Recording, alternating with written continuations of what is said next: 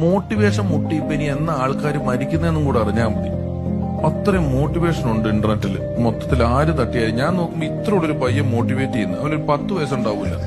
ഇവൻ എന്ത് ജീവിതം കണ്ടിട്ടാണ്, ഇവൻ എന്ത് ജീവിത അനുഭവത്തിൽ നിന്നാണ് നമ്മളെ മോട്ടിവേറ്റ് ചെയ്യുന്നതെന്ന് ഒരു പിടുത്തവുമില്ല. ഒന്നും എത്തിയിട്ടില്ലാത്ത അവരൊന്നും നമ്മൾ ഉദ്ദേശിക്കുന്ന ഉദ്ദേശത്തിൽ ജീവിക്കാൻ ഉദ്ദേശിക്കുന്നവൻ പറയുന്ന കാര്യങ്ങളൊന്നും നമ്മൾ കേൾക്കേണ്ട ആവശ്യമൊന്നുമില്ല.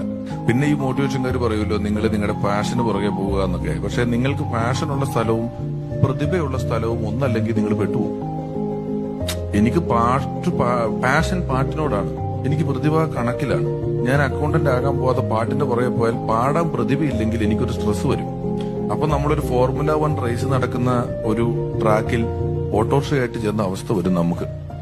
നമ്മുടെ നല്ല ഈ ഓട്ടോറിക്ഷയും കൊണ്ട് നാട്ടെന്ന് സ്ട്രെസ് അടിക്കുക എന്നുള്ളതല്ലാണ്ട് വേറൊരു പ്രയോജനവും അതിനകത്ത് കിട്ടില്ല. അപ്പൊ ഈ സൈസ് മോട്ടിവേഷൻ കൊണ്ടുമൊക്കെ നിങ്ങൾ തെറ്റായ സ്ഥലങ്ങളിൽ കംഫർട്ട് സോൺ പൊട്ടിക്കുക എന്നുള്ളതല്ല. ഇത് പൊട്ടിച്ച ശേഷം നിങ്ങൾ എവിടെ പോകുന്നു എന്നുള്ളതും കൂടെ ഒരു വലിയ ഘടകമാണ്. ഇത് പൊട്ടിച്ചിട്ട് ആവശ്യമില്ലാത്ത സ്ഥലങ്ങളിൽ പോയി നിന്നാൽ വീണ്ടും നമുക്ക് ടെൻഷൻ വരും. അപ്പം അത്തരത്തിലുള്ള പറച്ചിലുകളും കാര്യങ്ങളെക്കാളൊക്കെ നമുക്ക് കുറച്ച് നമ്മുടെ യുക്തിയും നമ്മുടെ ബുദ്ധിയും ഒക്കെ ഉപയോഗിച്ചുകൊണ്ട് സന്തോഷമുള്ള സ്ഥലങ്ങളിലായിരിക്കും പറയുന്നതാണ്